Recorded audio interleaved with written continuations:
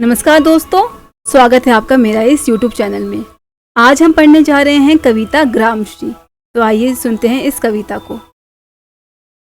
फैली खेतों में दूर तलक मखमल की कोमल हरियाली, लिपटी जिसमें रवि की किरणें, चांदी की सी उजली जाली।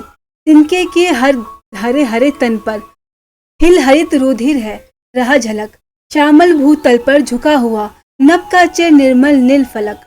तो उपयुक्त पंक्तियों में कवि ने सुमित्रानंदन पंत जी ने गांव के प्राकृतिक सौंदर्य को बहुत ही सुंदर चित्रण किया है और गांव में दूर दूर तक हरे हरे खेतों में चारों तरफ मलमल के समान कोमल हरियाली की फैली हुई है। उस कोमल घास पर सुबह सुबह जब ओस की बूंदें पर सूर्य की किरणें पड़ती हैं तो ऐसा प्रतीत होता है जैसे खेतों की हरियाली का ऊपर चांदी की कोई साफ एवं स्वच्छ जाली बिछी हो। हरे हरे तिनकों के हरे हरे शरीर जब हवा से हिलते हैं तब उनके हरे रंग का रक्त मानो झलक पड़ता हो। कहने को तो तात्पर्य यहाँ पे यह है कि तिनकों पर ठहरी हुई ओस की बूंदें जब पारदर्शी होने के कारण हरे रंग की दिख जाती है और जब तिनके हिलते हैं तब ऐसा लगता है जैसे उन तिनकों पर हरे रंग की ओस की बूंदें, उनका रक्त जो हवा चलने पर तिनकों से गिर रहा है। सावली मिट्टी वाली धरती पर स्वच्छ आकाश सदा झुका रहता है। कहने का तात्पर्य यह है कि खेतों की हरियाली और स्वच्छ आकाश को देखने पर ऐसा प्रतीत होता है मानो जैसे आकाश झुककर खेतों की हरियाली के ऊपर अपने नीले रंग के आंचल को बिछा रहा है। तो इस पंक्तियों के माध्यम से कवि हमें बताना क्या चाहते हैं कि खेतों में क्या दूर दूर तक क्या फैला है, मखमल का कोमल हरियाली फैली है जिसपे सूरज की किरणें आके लिपट गई हैं और चांदी की उजली जाली जैसी समान लग रही है। अगली पंक्ति में बोला है कि रोमांचित सी लगती वसुधा आई जो गेहूं में बाली, अरहर सुनई की सोने की किंकरनियां है शोभाशाली, उड़ती भीनी तैलाक गंध भूली फूली सरसों पीली पीली, लो हरित धरा में झांक रही। तो इस कवि में इसमें कवि कहते हैं कि धरती बहुत अधिक प्रश्न लग रही है क्योंकि खेतों में जो भी गेहूं की फसल में बीज आए हैं अर्थात जो भी और गेहूं की फसल पक गई है, अरहर और सुनहरी की पकी फसलों पर पीले रंग के फूल किसी सोने की करघनी जैसे लग रहे हैं, जिन्हें देखकर ऐसा प्रतीत होता है जैसे धरती रूपी युवती के कमर में करघनी पहनी हुई है जिसके कारण उसकी सुंदरता और अधिक बढ़ रही है। सरसों के पीले फूल के खिल जाने से हवा में तेल युक्त सुगंध बह रही है। हरे खेत में कहीं कहीं खिली असली के नीले फूल नीलम रूपी रत्न के समान चमक रहे हैं जो हरी धरती की सुंदरता को बढ़ाने का काम कर रहे हैं। कहने का आशय यह है कि खेतों में गेहूं जो कि बालियां, अरहर और सने की फलियां हैं, वो सरसों के पीले फूल एवं अलसी की कलियां धरती का सौंदर्य बढ़ा रही हैं। अगली पंक्ति में बोला गया है कि रंग रंग के फूलों में रिलमिल हंस रही सखिया मटर खड़ी, मखमली पेटियों से लटकी झिमियां छिपाए बीज लड़ी, फिरती है रंग रंग की तितली, रंग रंग के फूलों पर सुंदर फूले फिरते हैं फूल स्वयं। इस पंक्तियों के माध्यम से कवि कहते हैं कि विभिन्न रंगों के फूलों के बीच मटर की फसल जब हवा चलने पर हिलती है तो उसे देखकर ऐसा प्रतीत होता है जैसे सारी सखियां एक दूसरे से मिलकर हंसी मजाक कर रही हो। कोमल संदूक के समान मटर की फलियां जब लटकी हुई हैं जिनमें बीजों की लड़ियां छिपी हुई है। बसंत ऋतु आने पर हर जगह रंग बिरंगे सुंदर फूलों पर रंग बिरंगी तितलियां मंडराती हैं, अर्थात तितलियां एक फूल से दूसरे फूल तक उड़कर जाती हैं। हवा चलने पर लहलाते फूलों को देखकर ऐसा प्रतीत होता है जैसे अपनी प्रसन्नता व्यक्त करने के लिए फूल स्वयं उड़कर एक दूसरे के डंडियों में गले मिल रहे हों। चौथी काव्यांश में कवि हमें कहते हैं अब रजक स्वर्ण मंजरियों से लग गई आमद तरु की डाली, झर रहे ढाक पीपल के दल, हो उठी कोकिला मतवाली, महके कटहल मुकिमित जामुन, जंगल में झरबेरी झूली, फूले आड़ नींबू दादिम, आलू गोभी बैगन मूली। इन पंक्तियों में कवि वसंत ऋतु का सुंदर वर्णन करते हुए कहते हैं कि बसंत ऋतु की शुरुआत में आम के पेड़ों की डालियां चांदी और सोने के रंग की कलियों से लद चुकी हैं।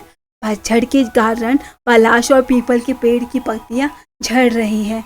इन सभी परिवर्तन को देखकर कोयल भी मदमस्त होकर मधुर संगीत सुना रही है। कटहल का पक गए हैं, जिनके कारण उसकी महक पूरे वातावरण में फैल गई है। और जामुन कुछ पक गए हैं, कुछ कच्चे हैं। जंगल में बैरी की झाड़ियां छोटे छोटे बैरों से भर गई हैं और झूले पड़ी रही हैं। इस मौसम में आड़ू, नींबू, अनार, आलू, गोभी, बैगन, मूली आदि कई तरह के फल एवं सब्जियां उग चुकी हैं। 5वें पद्यांश में बोला गया है कि पीले मीठे अमरूदों में अब लाल लाल चिटियां पड़ी, पक गए सुनहरे मधुर बेर, आमलों से तरु की झड़ी, लहलत पालक, महमल धनिया, लौकी और सेम फली फेली, मखमली टमाटर हुए लाल, मिर्चों की बड़ी हरी थैली। यानी कि इसमें कवि कहते हैं कि वसंत ऋतु आने के कारण पीले और मीठे अमरूद पक चुके हैं और उन पर लाल लाल निशान या दाग भी दिखाई दे रहे हैं। अर्थात अमरूद पक चुके हैं और मीठे हो चुके हैं। बेर भी पीकर सुनहरे रंग के हो गए हैं।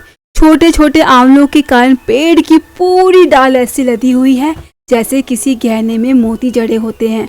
और पालक की फसल पूरे खेत में लहलहा रही है और धनिये की सुगंध तो पूरे वातावरण में फैली हुई है। लौकी और सेम बेल और खेतों में फैल गई हैं। मखमल की तरह कोमल टमाटर भी पककर लाल हो गए हैं और हरी मिर्च के गुच्छे किसी बड़ी और हरी थैली की तरह लग रहे हैं। आगे के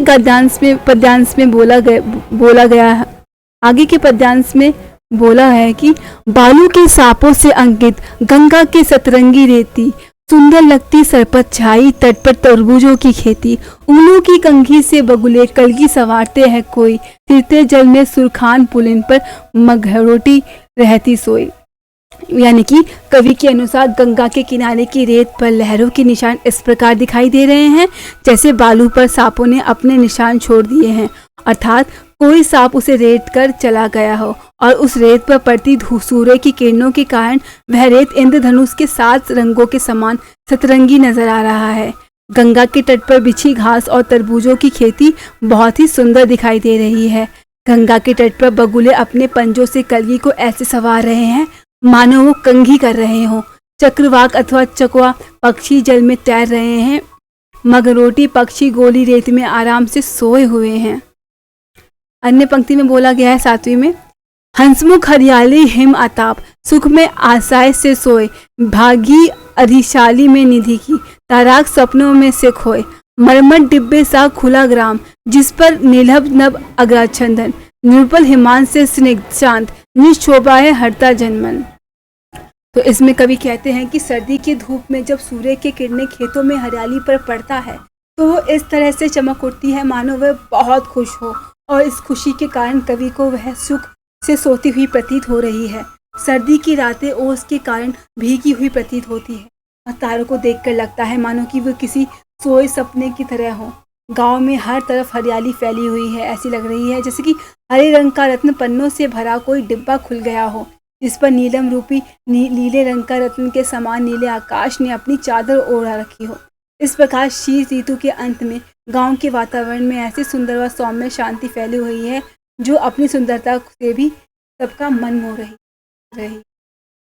तो इस कविता में हमने पढ़ा कि किस तरीके से हमने अपने पर्यावरण का दृश्य जाना। सुमित्रा नंदन पंत की इस कविता में एक गांव का चलचित्र हमारे सामने प्रस्तुत होता है जहां पर हम खेतों में क्या हरियाली आई है उसके बारे में जानने की कोशिश करते हैं।